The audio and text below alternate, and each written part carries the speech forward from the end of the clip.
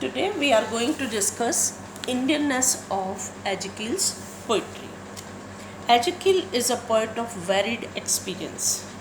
In order to understand the various aspects of his poetry, we need to concentrate on one aspect at a time.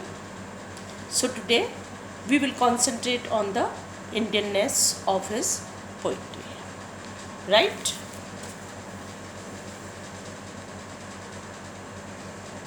So first of all, the question arises, what is Indianness or Indian sensibility?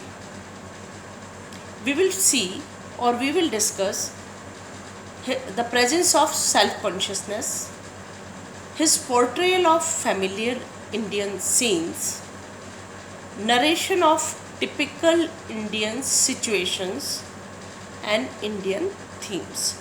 So on the basis of these points, we will discuss Ezekiel today. What is Indianness or Indian sensibility? It is not easy to define these terms.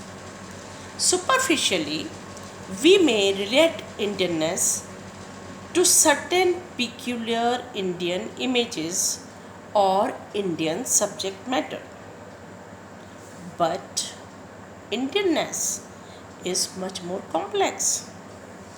It embodies a peculiar bent of mind, which is both romantic and spiritual.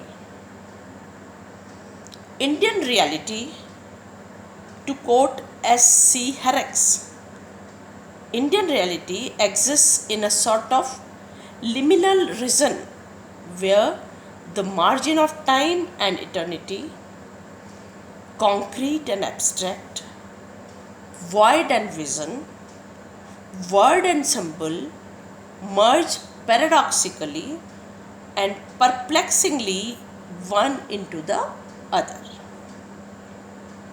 If we see in this context, Ezekiel, or for that matter of many Indian English poets, Indian sensibility is superficial. In Ezekiel's early poetry, there is much self-consciousness. As you have seen in background casually, he says, "The Indian landscape sears my eyes. I have become a part of it." In order to assert his Indianness, he chooses to portray some of the familiar Indian scenes. In one of his poems, he tries to depict the sufferings of flood affected people in some part of Bihar. You have read Night of a Scorpion also. So Night of a Scorpion is often cited to prove the point that Ezekiel is an authentic Indian poet. The poem is marked by spontaneity, which is rare in Ezekiel's case. It is a brilliant narrative poem which recalls typically an Indian situation. The mother's stinging by a scorpion and the gathering of large group of sympathizing peasants. The responses of several persons, superstitious and rational, have been juxtaposed in the poem. And you see the mother's response at the end. "Thank God, the scorpion picked on me and spared my children." This is typically Indian feeling. It reveals the self-sacrificing love of mother for her children. The poet's complete detachment in Night of the Scorpion speaks of his characteristic poetic stance. The juxtaposition of different attitudes, the balancing of opposites, the ironic overtones, however admirable in themselves, underline an un-Indian attitude. It becomes very clear from the reading of several poems, including The Night of the Scorpion.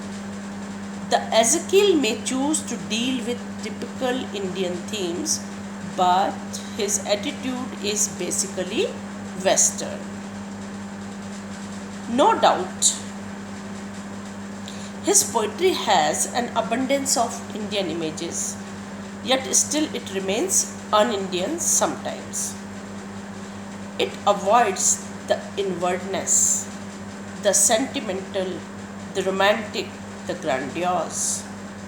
It remains non-committal. That is why,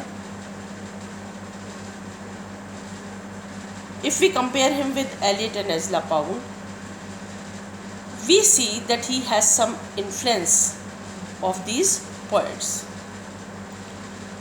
So, this is all for the Indianness which is present in his poetry. Thank you.